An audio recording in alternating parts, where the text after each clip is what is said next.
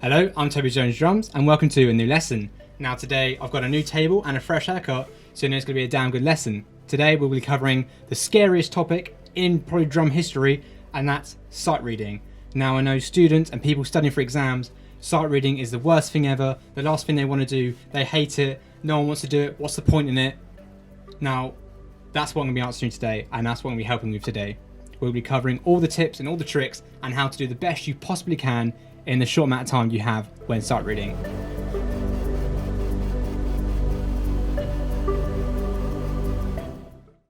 So, in the example that we've got here, this is what you typically find in a grade 1, maybe grade 2 if you're lucky, I suppose. But this is what you'll typically find in a grade 1 exam. Now, I just want to mention that everything that I am saying is going to be all my own opinion, and this may not be correct according to your exam board, but generally, I'd say that everything I'm going to be saying here is going to help you towards your sight reading in general, whether it's for an exam or for any kind of gig or anything like that. All right, so we're going to be breaking this down from the very beginning, and the first things you want to be looking at, and then obviously the last things you want to be looking at, and all that kind of stuff. So let's get into it. So when we're confronted with this, what's the first we need to be looking at? Now, I'd say the first thing we need to look at is the way it's notated, and then kind of the groove and the feel we need to be playing in. And when we haven't got the music learnt, we need to make these assumptions all the time. So by looking at this bit of music, we can kind of tell that it's going to be a rock kind of feel, because it's what you naturally see in a rock piece of music, right? If you can't see that, then that's not a problem, and I'm going to be explaining exactly why. So next thing we want to be looking at is the tempo, and we can see in the top left corner we've got 120 beats per minute. Now, if you don't know what that means, that is literally, if you've got a watch on your hand, you're very lucky, but if you've got a watch in your hand, you'll see that your seconds is going to be 60 seconds per minute. So the 120 beats per minute is going to be double your clock. So if you've got a watch on, you can kind of guess how fast you need to be going. All right.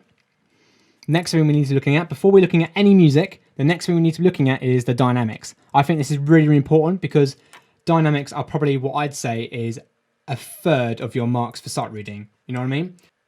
Okay, so when doing sight reading, I'd break it down like this. The dynamics would be a third of your marks. The rhythm and the drums would be another third. And then also the confidence and tempo played would be another third. That's how I break it down. I might be completely wrong, but when I teach my one-to-one students, that's how I break it down to them. So we now looked at the groove. We know we've got kind of a rock feel, and we know how fast we need to be going. Next, we then need to be looking at dynamics. Now, I'd say dynamics are never looked at enough in sight reading when you're in exam. People will just look at the groove, they look at the feel, and then they'll rush and they'll go, oh yeah, I can play it, yeah, whatever. And then they will just completely ignore the dynamics at the bottom. And that is literally one of the biggest mistakes you can do. Even if you play it absolutely perfect, like I said before, dynamics are going to be 33% of your mark. So if you play it spot on but without dynamics, then if you're doing it if it's out of 15 marks, you're going to get only 10, which is almost a fail. So even if you played it perfectly, it's almost a fail. You know what I mean? So dynamics are so important, and that's why we're going to be looking at it today. So we know, before we look at any notes or anything, we know we are at F, which, if you don't know, is going to be forte, which is going to be loud. So we know we're loud for 1 bar. We're then quiet at piano for 2 bars. And in the last bar, we haven't got a dynamic marking, but we are going to get louder with a crescendo to 2 Fs, which is fortissimo, which is going to be basically double as loud as our first F. Now, because we haven't got a dynamic marking here, we have to basically assume that it's going to be staying at piano. So we're starting at quiet, and in 1 bar's time, we're going from quiet all the way to very loud, basically. So we know how loud we're going, we know how fast we're going, we know the groove we need to be doing. Now we need to be looking at notes. Okay, so we're going to be breaking this down now, bar by bar. If we look at this music again, we can see that we've got 1 bar of groove. We've then got 2 other bars, are exactly the same, and these like percentage kind of things. And And I'm going to tell you now, because a lot of my students have made the same mistake when I give them sight reading examples, but these are not rests, guys. These are not rests, okay? Do not play 1 bar and then do nothing for 2 bars and then do your 4th bar. These are not rests. These are repeats. You repeat the last bar, okay? They won't get you to do nothing for 2 bars, okay? Especially, right, if there's dynamics written down, it won't mean be quiet by actually not playing anything. You know what I mean? So these are repeat signs. You just literally repeat the last bar. So we've got 1 bar of groove, 2 bars of then the same thing. So we haven't got 3 bars of groove in total. And then we've got 1 bar at the end, which is going to be a fill bar. If we get the groove right, that's going to be 75% of our sight reading. So if we do the groove perfect, all the dynamics, all the tempos right, and then we do a bar, which is in time, in tempo, and follows the dynamics, we can basically play any fill we like, and we'll still get a really, really high mark, in my opinion, just because sight reading, the whole point of sight reading is to, like, when you're doing a gig and you've got to learn 20 pieces in 2 days, you'll be confronted with a groove, with tempo and dynamics. So when it actually comes to a fill, a fill can be anything, right? Anything you want. As long as it's in time and you've got the right dynamics in place, a fill can be literally anything you want, right? So although this is an exam and you kind of got to play what's written, don't just make something up just because you don't have to.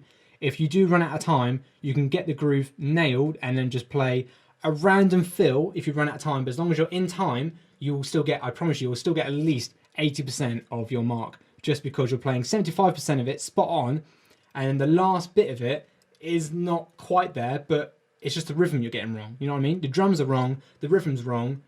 So why would they ruin? You're not bad at sight reading then if you just get that one bit wrong, because you've got 75% of it right, and then you've just kind of made up and guessed that last bit, but it's right, just not the right rhythm. You know what I mean? So you're still going to get at least 85% in my opinion, because you're only guessing 1 bar, but accurately. You know what I mean? If it's all accurate sight reading, then you'll be fine. But that's not an excuse to just play what you like. Okay, we're still trying to play as accurate as possible, but in the moment of the time, if you run out of time, you can just make something up in time. Okay, so that's a note for you.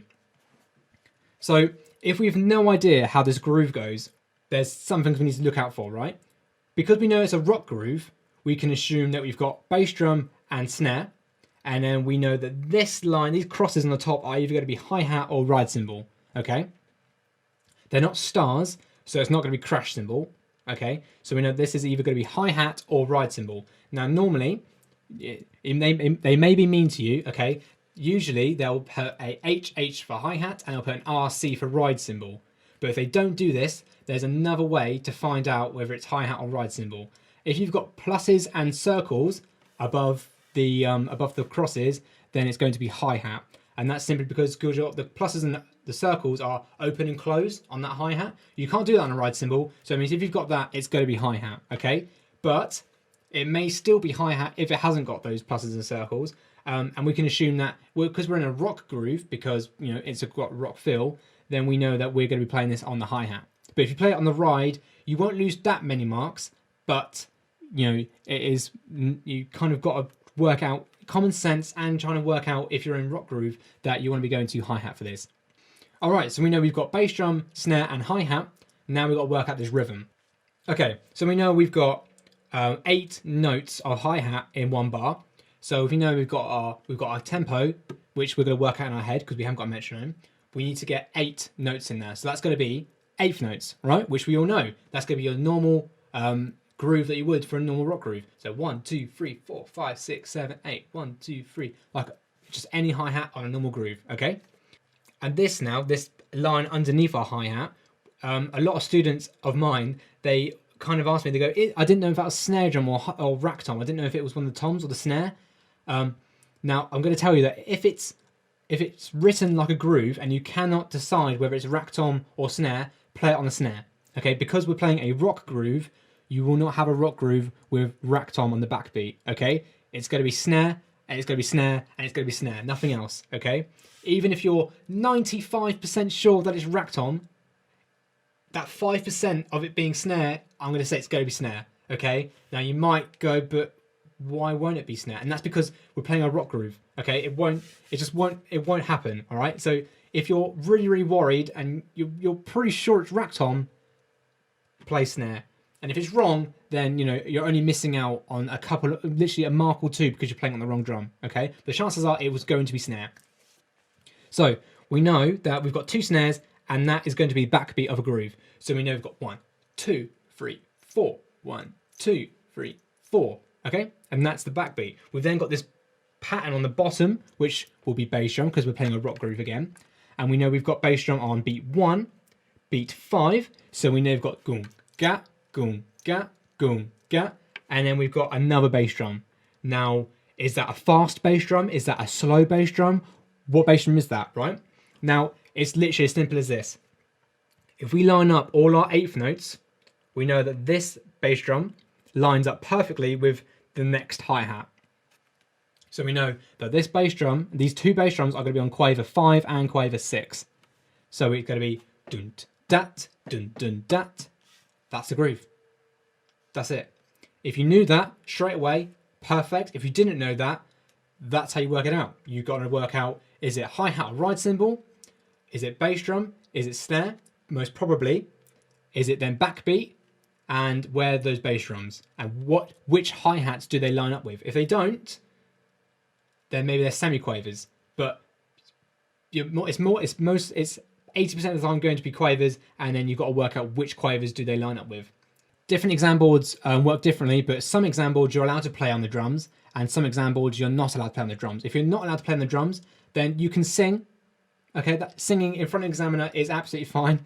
I always used to sing out loud, or in your head, or you can tap on your legs with, have your foot on on the floor. You can just tap, and that will help you a lot if you actually work out where your limbs and what you're actually doing, rather than just kind of sat there going, yeah, I can read that. Once you actually go to play with it, your body might not catch up with your brain, you know what I mean? So it's always good to kind of tap it out or sing it if you can. So now we know what a groove is, we've then got that 3 times. Don't forget dynamics, okay? Remember I said before, that's a third of your mark. So if you miss out that this first bar is F and these second 2 bars are P, then you've got to miss out on a lot of marks. So do be careful. If you can't remember what your dynamics are, they're really, really important. So please do try and remember what your dynamics are. If you cannot remember on the day what your dynamics are, okay, there's a quick little tip that I've got for you to try and guess and try and help you remember what your dynamics are, okay? So this little hairpin that we've got here, which is a crescendo, which means we're going small to big, quiet to loud. We know that we're going from something which we don't know to something loud, and it's showing us FF. So if it's saying that we're going quiet to FF, then it means that this F is going to be loud. And there's no dynamic marking here, but there's a dynamic marking here. So we know that the beginning of this is going to be P, and the ending of this is going to be FF. So that means that we know that FF is loud and P is quiet. So even if we didn't know what dynamics were, we now know that P is going to be quieter than FF. And then if you don't remember that FF is louder than F, then it really doesn't matter that much, because there's a very small difference. So F is going to be loud, and FF, for the purpose of your exam, will be as loud as you can play. So we now know the first 3 bars of our groove, and we now know all the dynamics as well. So the hardest bit now is getting this fill bar. Okay, so if you've still got enough time, then we can break this down slowly. But if you've run out of time, remember, as I said before, you can just make up a fill as long as it's in time and confident with the right dynamics. But if you have still got time, which hopefully you do, then we can work this out very slowly. So the last bar is always the hardest because it's a fill, and there's literally infinite possibilities of what a fill can be, right? There's absolutely infinite possibilities. You can't really guess because the chances are you're not going to be right. And it's a lot of notes squashed into a bar, and it's the last one, and you can kind of rush it and it can all go completely wrong. But there's little tips I've got for you that can help you learn it the best you can, to the best you can in the time that you do have left, right? So if we break this down, we know we're in 4/4, right? Because it says at the beginning we've got 4/4, and we know we've got 3 beats here, which is our grouping of 1, and then we've got 3 beats here, which is our beat 2, 3 notes here, which is our beat 3, and then this 1 beat here, which is our beat 4. So it's showing us just the way by the notes are grouped that we know where the downbeats of these beats are going to be, right? So now we know that these 3 beats are going to cover 1 beat, that's going to cover a beat, that's going to cover a beat, and that's going to cover our last beat.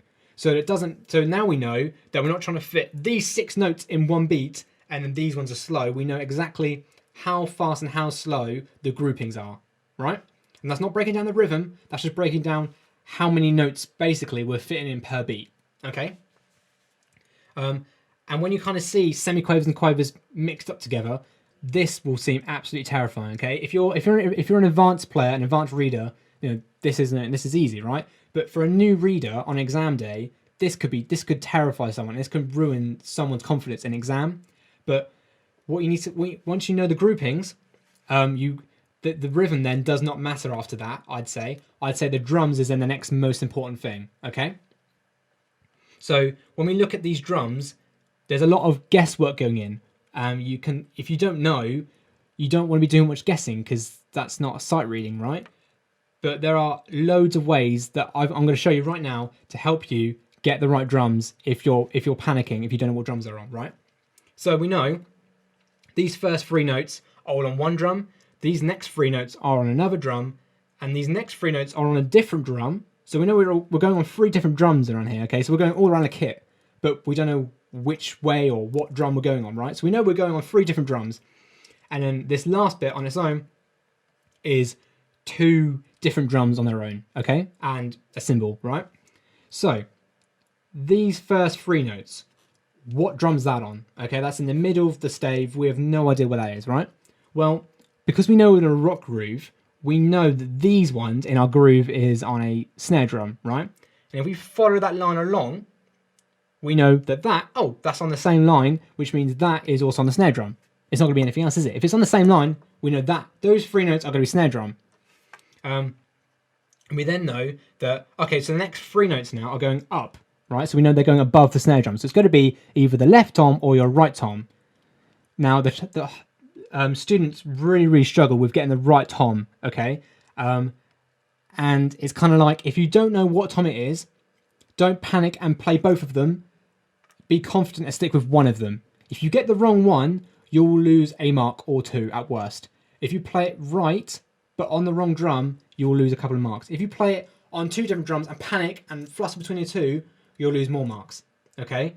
So if you do not know which tom it is, if it's on the left or the right, play one of them confidently, okay?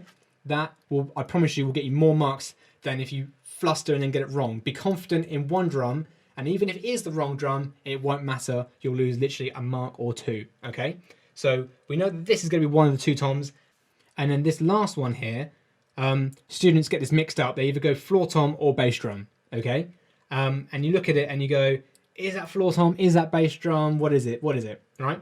Well, like we did before, you can work this out. If you scroll back to your first bar, you can see that these are bass drum, right? So when you scroll back and look over again, this note here hasn't been seen before. We've not seen this drum yet, and that's not bass drum. That's not bass drum, is it? So we know that that is going to be floor tom because it's not any of the high toms. It's not a snare. So by process of elimination, it's not bass drum, it's not snare, it's not the toms. So it's going to be that floor tom, that big one on your right hand side or left if you're left-handed, right? So we know that's going to be floor tom. Perfect. So we know we've now got snare, one of the 2 toms, and floor tom. So this last beat now, well, we know that if we look back again, that that's bass drum, and we know that that star isn't hi-hat or ride cymbal because it's a star, so we know it's a crash. If you've got 2 crashes, doesn't matter, whatever's closest to you. And for this example, it'd be a right crash, but in most cases, you won't have 2 crashes on your kit, so it'll be a left crash, okay? So you go from your floor tom to then the crash, right? And that little triangle on the top, really important. It doesn't really matter in this scenario so much because we've got a loud dynamic, okay? So it doesn't matter too much. But we know that note on the end just needs to be extra loud just because it's accented and it's FF. Okay, so breaking down that last bar then, we know we've got 3 notes on the snare, 3 notes on one of those toms, 3 notes on the floor tom, and then a bass drum and a crash on the end. The rhythm then is, if you can read it, then play it. If you don't know how it goes, then at this moment in time, you've gone through all the music, you've probably now run out of time, so you won't be able to get the rhythm perfect, okay? But as long as you play 3 notes on each drum, and it's in time and confident, you will get a really, really high mark. Okay. Now, I'm not going to tell you what the rhythm is because that's not the point. I'm not telling you what this example is because every example will be completely different. So there's no point in me telling you what drums these are on, okay, or what the rhythm is, right? I'm just saying that the purpose of the video is to try and help you get the best you possibly can in your sight reading, and this is helping for you. Okay, so once you've then covered everything, the next thing you want to do before that examiner tells you to play it out to him, you want to tap it on your legs if you can, or sing it if you can. You want to get the 3 bars of groove and the bar of fill. 3 bars of groove, a bar of fill. You're playing all once through, right? You don't want to put any dynamics in. The second time you play it and tapping it, get the dynamics in, get the dynamics as good as you can, if not better than the actual drumming itself, because that will be amazing if you get the dynamics spot on. And then once you've got that, then build up the tempo to the correct tempo. Don't then play it as fast as you can, because that's a big mistake that everyone does as well. They just play as fast as they can because they think faster, the better. No, they don't want that. They just want the correct tempo written. And like I said, if you've got a watch on your hand, then because we're playing at 120, we know we're playing twice the speed of our watch. So what we've got to do is look at our watch, nod our head to the clock, and then we go, right, now I know how fast roughly I need to be playing. Okay, it's not going to be spot on because we haven't got a built-in metronome in our heads, right? So when the time comes, when that minute or two goes, that examiner's going to look up to you and go, right, can you now play those 4 bars for me now? And it's going to be absolutely terrifying for you. I know, because we've all been there. When you get to it, you haven't got a time limit to play it in. You just need to sit back, you need to relax, and you need to just let some deep breaths out, read it again, look at the dynamics again. Don't rush, get ready to play, and then get ready, okay? Do not go, right, I'm ready to play now, and then rush it through really quick, and then come to a fill, and then crash, and then you've gone, oh no, I've forgotten completely about dynamics, and oh my god, I accidentally did it on the ride cymbal, and oh my god, I just played it all on the snare drum. Because then you only get one shot. You can't go half through and go, oh no, can I start again? Can I start again? It doesn't work. Once you've started playing that groove, that's it, you can't stop. If you do stop, the chances are you may be able to start again, but you will get marked down for then having a second attempt, okay? So you literally need to sit back in your chair, don't play, don't touch your sticks, leave the sticks and the snare, look at the music, go, right, I've got 3 bars of groove, I've then got a bar of fill. Okay, I've then got loud, 2 bars of quiet, and I'm going from quiet to very loud. Okay, I've got a crash on the end, that needs to be the loudest bit, and those 2 bars of groove need to be the quietest I can possibly play. Once you've looked at it, pick up those sticks, get ready, look at it again, and then play. There's no time limit. That exam is completely your time. You're not wasting someone else's time. That examiner is there to help you get through your exam. Okay, he's not going to get a train anywhere. He's not in a hurry. He's there for you. Okay, they allow you to have at least, I think it's over an hour and a half for exams, but they never take more than 45 minutes usually, unless you're doing like a grade 7 or 8. Grades 1 and 2, they take no longer than half an hour. Okay, they take about 20 minutes. I'll sit with a student before he gets an exam, and they'll be absolutely terrified. And I'll be like, look, it'll be over in 20 minutes.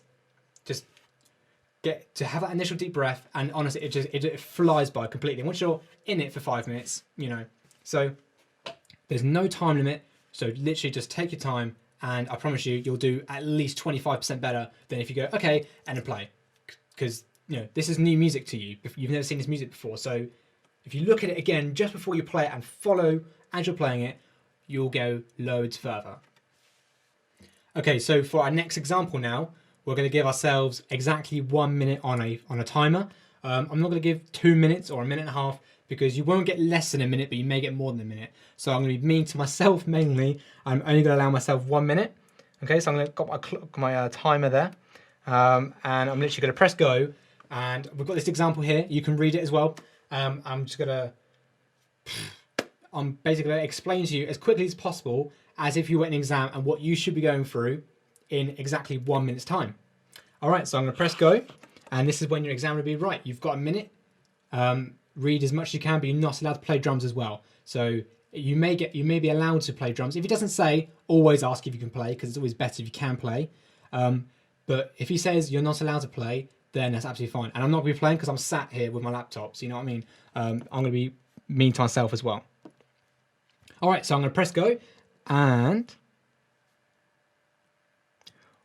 we're going to get right into it. Oh, but it's ticking as well. Okay, right. So we know we've got 3 bars of groove again, and then we've got a fill bar, and then we've also got a 5th bar as well of a crash cymbal. We know that we've got a rhythm of dunt, dat, dun, dunt, and then we've got a fill with a snare every time we've got that that groove, and that little fill is da da da. So we've got dunt, dat, dun, dunt, da da da. That's our groove. We've then got that 3 times at the same dynamic of MF. We've then got a fill bar. That's half my time. I've then got a fill bar, which if I look back, I know that that is snare. That is either going to be one of the toms, but that next bit is also another tom. So I'm assuming that's going to be left tom, then right tom. Then that bit's going to be floor tom because our bass drum's at the bottom there. So that's going to be floor tom. So I know the fill's going to be snare, tom, tom, floor tom, and that's going to be a crash. And I also know it's going to be a crescendo going from MF to forte. So it's going to be, we've got bass drum all along the bottom line as well. So we're dun, dun, dun, dun. That's the timer.